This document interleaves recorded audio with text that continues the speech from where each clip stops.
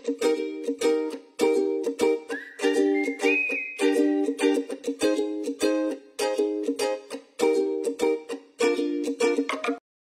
থেকে এনেছি দুটো মোচা।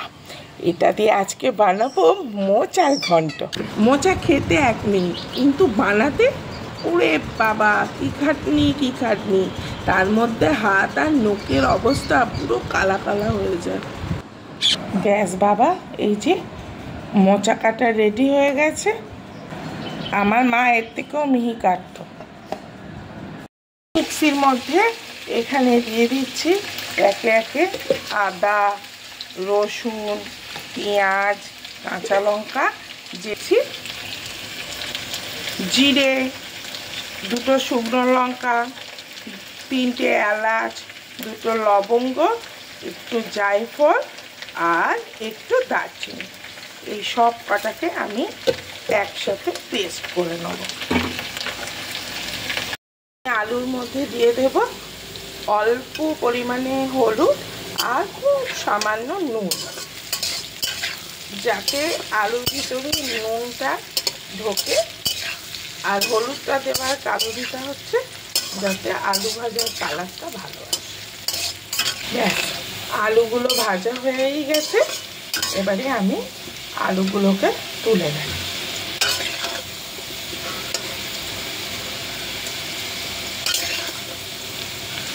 আর আমি তেলের মধ্যে দিয়ে দেব সাদা জিরে আর শুকনো লঙ্কা ফোড়ন। এই যে আমার পুত্র এসে গেছে। টিচার, এখন জামা ছেড়ে বাইরে বেরোবো চুল কাটতে। দেয়াল হবো, টাকলা হতে বেরোবো। টিচার কি বললো? কিছু না, এখন জামা ছেড়ে সোজা টাকলা হতে বেরোবো। ও, এবারে পেঁয়াজগুলো অ্যাড করব।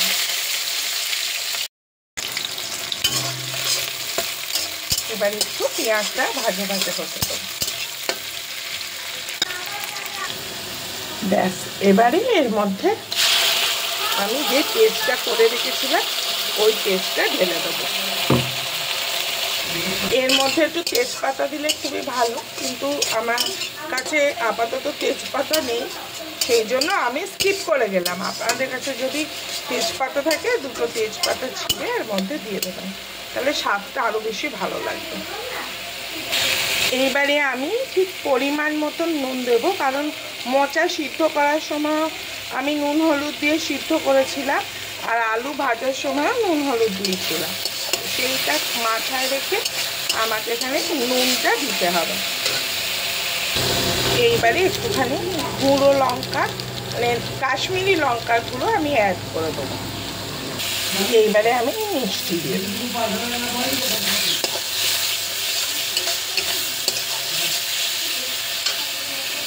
এবারে আমি ওই মশলা ধোয়া জলটা অ্যাড করে দেবো। একটা টমেটো আমি এখানে হাতে ম্যাশড করে দেবো।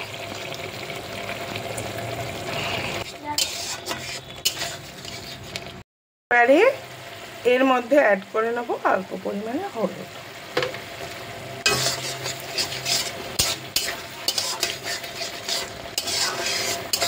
ব্যাস, অলমোস্ট আমার মশলাটা রেডি হয়ে এসছে, আর কাঁচা গন্ধ বেরোচ্ছেও না। এইবারে আমি এর মধ্যে দিয়ে দেব আলু।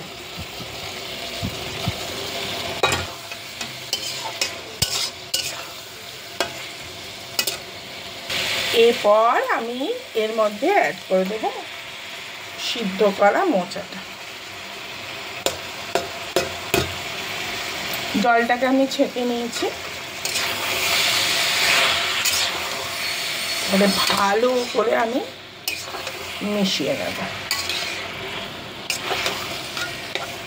এইবারে আমি আবার ঢাকনা দিয়ে কিছুক্ষণ রেখে দেব। ঢাকনাটা খুলে একটু জলটাকে শুকাবো। জল দিইনি, মানে মোচায় যে জলটা ছিল ওই জল। ব্যাস, জল শুকিয়ে এসেছে। এবারে আমি এটাকে আরেকটু নাড়িয়ে নেব।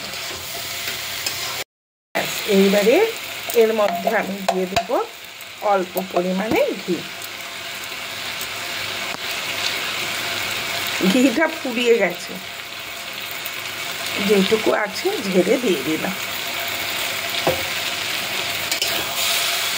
এইটুকুতেই গন্ধ হয়ে গেল।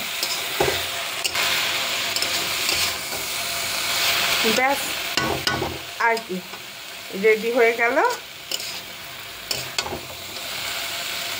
মোচা ঘন্ট। দেখুন দেখুন দেখুন বন্ধুরা, তিজিত বাবু টাকলা হয়েছে, টাকলা। কিরে, টাকলু হয়ে কেমন লাগছে? ভালো লাগছে। ভালো লাগছে? ও, তুই টাকলুটা কেন হয়েছিস? তুমি কাল নাও চিলি মতো দাও, এই সব চুল ফেলে দিয়েছে। হ্যাঁ, আমি নাকি ওর চুলের মুঠি ধরি, সেই কারণে ও সব চুল ফেলে দিয়েছে। তুমি আমার চিলি মতো ধরতেই পারবে না।